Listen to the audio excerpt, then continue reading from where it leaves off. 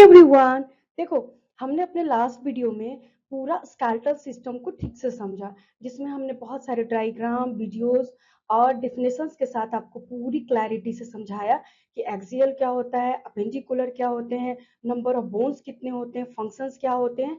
अगर आपने वो वीडियो नहीं देखी है तो प्लीज आप जाकर देखो। अब हम आते हैं अपने नेक्स्ट टॉपिक पर, जो है हमारा जॉइंट्स और डिसऑर्डर्स। तो टाइम वेस्ट नहीं करते, फटाफट से हम अपने नेक्स्ट स्लाइड पे आते हैं। जॉइंट्स देखो क्या होते हैं। जॉइंट वो जगह होती है जहां दो बोन्स आपस में जुड़ते हैं, या फिर एक बोन्स दूसरे कार्टिलेज के साथ जुड़ करके वहां पे आपको जॉइंट्स बना रहा होता है। जैसे दो चीजें जब आपस में जुड़ती हैं तो गांठ बनती है ना, ठीक उसी तरीके से इसका काम क्या होता है, ये बॉडी को मूवमेंट और फ्लेक्सिबिलिटी देता है। ये कितने तरीके के होते हैं, मेनली 3 तरीके के हो सकते हैं। देखो यहाँ पे फाइब्रस ज्वाइंट, कार्टिलेजिनस ज्वाइंट और साइनोवियल ज्वाइंट। और भी तरीके के हो सकते हैं, मगर मेनली 3 तरीके के होते हैं जो हमारे सिलेबस में है। तो हम एक एक करके फटाफट से इसको देख लेते हैं।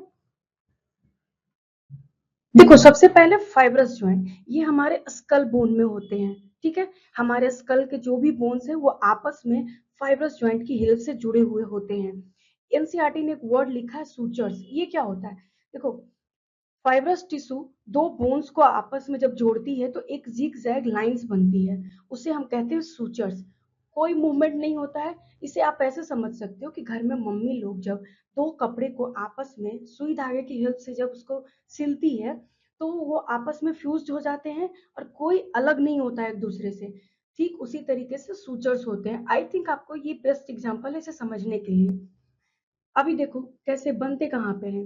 ये देखो एक हमारा एक बोन हो गया और ये हमारा एक सेकेंड दूसरा बोन है। तो ये आपस में जो जॉइंट्स बना रहे हैं ना, ये सूचर्स की हेल्प से बना रहे हैं। ये फाइब्रस जॉइंट है।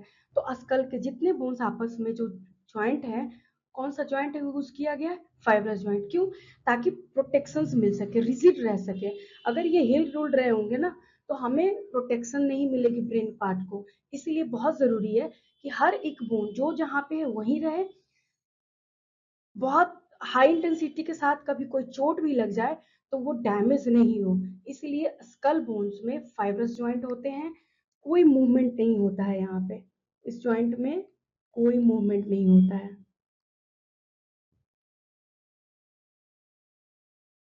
फंक्शंस क्या है यहाँ पे, प्रोटेक्शंस देना।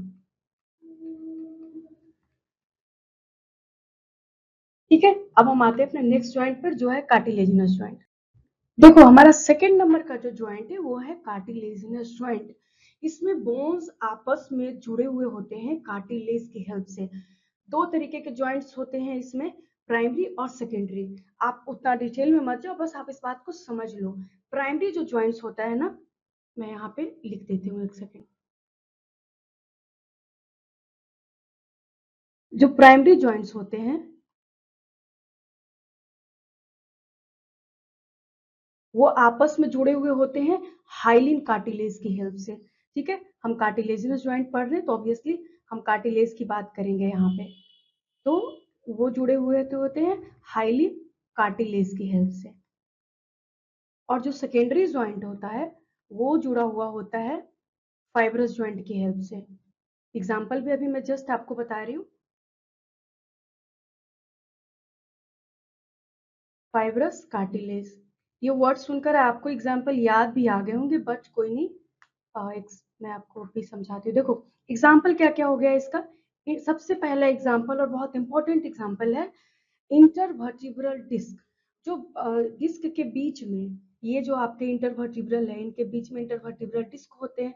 इसके बीच में जो ज्वाइंट्स है ना वो है कार्टिलेजिनस ज्वाइंट। इसीलिए हम मूव तो कर रहे हैं बट लिमिट में कर रहे हैं ना। पूरी तरीके से हम मूव नहीं कर पाते हैं अपने रीढ़ की हड्डी को, यानी वर्टिब्रल कॉलम को।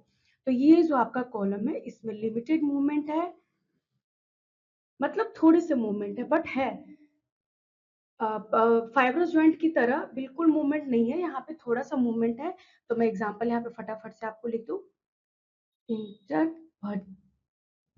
Vertebral disc.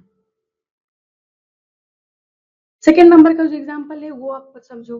देखो प्यूबिक सिम्फाइसिस, जब दो हिप बोन आपस में जुड़ते हैं, ये है हमारा हिप बोन। कलर दिख नहीं रहा होगा आपको, एक सेकेंड। ये है हमारा हिप बोन। और ये आपस में जो इस पॉइंट पर जुड़ता है इसे हम कहते हैं प्यूबिक सिम्फाइसिस। मैंने इसे स्केलेटन में खूब अच्छे से समझाया था। तो ये जो जॉइंट्स है ना, ये भी जॉइंट्स एग्जांपल होते हैं कार्टिलेजिनस जॉइंट की। वहां पे भी मैंने आपको ये बात बहुत अच्छे से समझाई थी। ठीक है, तो यहाँ पर प्यूबिक सिम्फाइसिस, जिसे हम हिप बोन भी कहते हैं या हिप जॉइंट भी कहते हैं।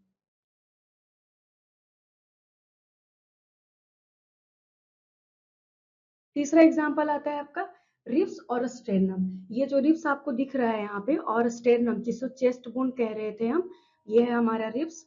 और ये आगे से आगे का जो ये चेस्ट बोन पार्ट होता है, जो सबसे ब्रॉड एक हड्डी होती है आगे वेंट्रल साइड में, तो उसके साथ जो ये जॉइंट्स बनाता है वो भी इसका कार्टिलेजिनस जॉइंट का एग्जाम्पल है।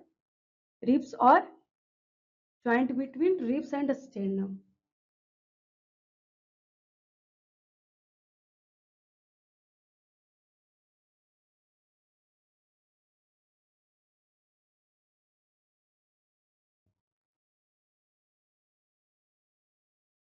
तो ये था आपका पूरा कार्टिलेजिनस जॉइंट। अब हम आते हैं नेक्स्ट पे, फाइब्रस कार्टिलेजिनस दोनों हो गया साइनोवियल पे।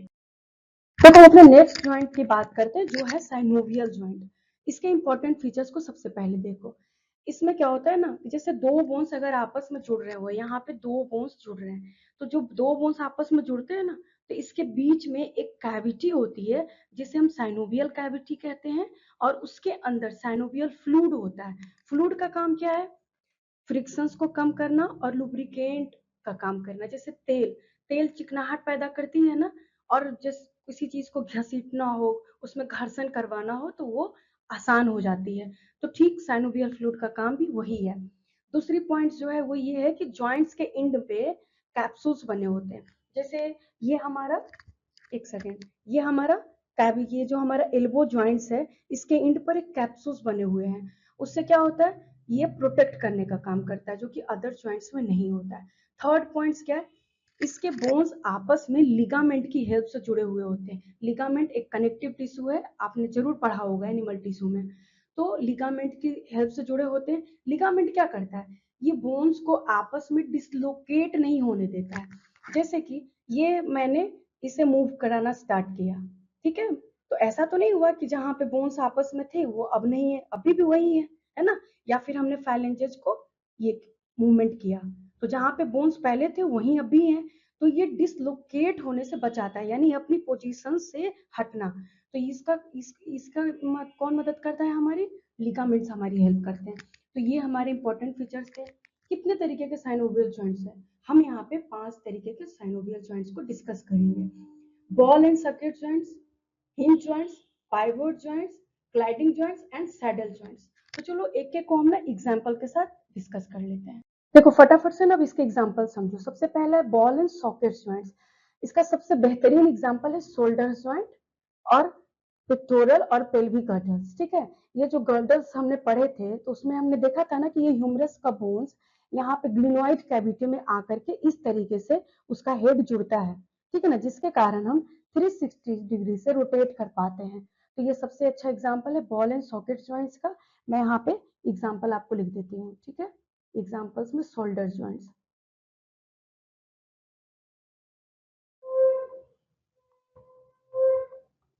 अब बात करते हैं हिंज जॉइंट के। हिंज जॉइंट को ऐसे समझो जैसे बस किसी डोर को हमने ऐसे खोला, लेकिन उसे पीछे की तरफ उतना हम डायरेक्शन में मूव नहीं करा सकते हैं। मतलब जो उसमें बीच में कुंडी लगी रहती है ना, उसी को हम बोलते हैं हिंज जॉइंट। मतलब एक तरफ वन डायरेक्शन में ना, ये जैसे हमारे ये एल्बो है ना, ये हिंज जॉइंट का एग्जांपल। तो इसे मैंने पूरे इस तरीके से तो मूव किया, लेकिन इसे अपोजिट में सेम मूवमेंट के साथ में मूव नहीं कर सकते। ये हमारा सबसे अच्छा एग्जांपल्स है हिंज जॉइंट, यानी कि एल्बो का जॉइंट, नी का जॉइंट, वो घुटने। मैं इसका एग्जांपल आपको लिख देती हूँ, एल्बो एंड नी जॉइंट।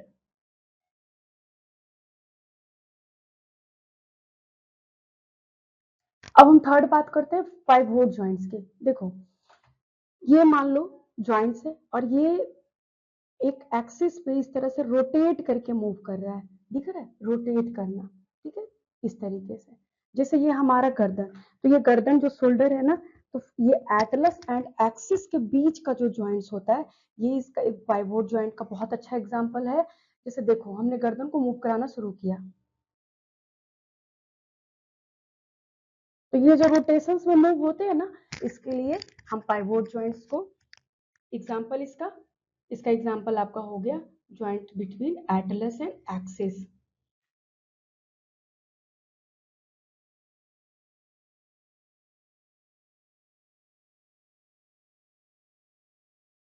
अब बात करते हैं सैडल जॉइंट्स की। देखो सैडल जॉइंट्स क्या होता है, कार्पल, ये जो हमारा रिस्ट बोन होता है, और मेटाकार्पल, इसके बीच का जो जॉइंट है ना, उसे हम बोलते हैं सैडल जॉइंट। थंब सबसे अच्छा इसका एग्जांपल है। ये थंब का जो कार्पल और मेटाकार्पल के बीच का जो जॉइंट है, उसे हम सैडल जॉइंट बोलते हैं। तो यहाँ पे मैं लिख देती हूँ joint between carpal and metacarpal.